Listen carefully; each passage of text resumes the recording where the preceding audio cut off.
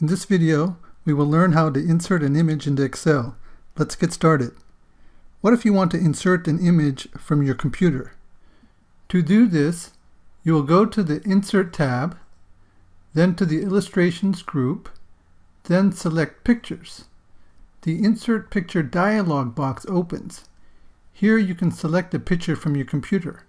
I have a picture available right here which I'm going to select. Then next, click Insert. The image is now inserted into Excel. What if you want to insert an image from an online source? To do this, once again go to the Insert tab, then to the Illustrations group. This time select Online Pictures. This launches the Online Pictures window, which is powered by Bing. Here you can search and browse for pictures. I like dogs, so I will search for dogs, then press Enter on the keyboard. Now you can select from a list of pictures.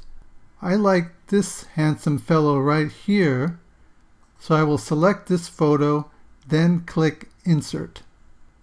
The photo has now been inserted into Excel.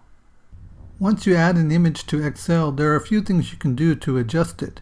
If you want to move the image around to reposition it, you can select the image and then drag it around to the position that you desire.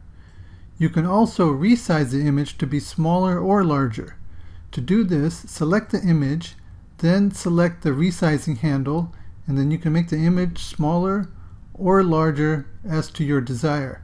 One other thing to note is that adding images to Excel significantly increases the size of the workbook file, so that's something to keep in mind.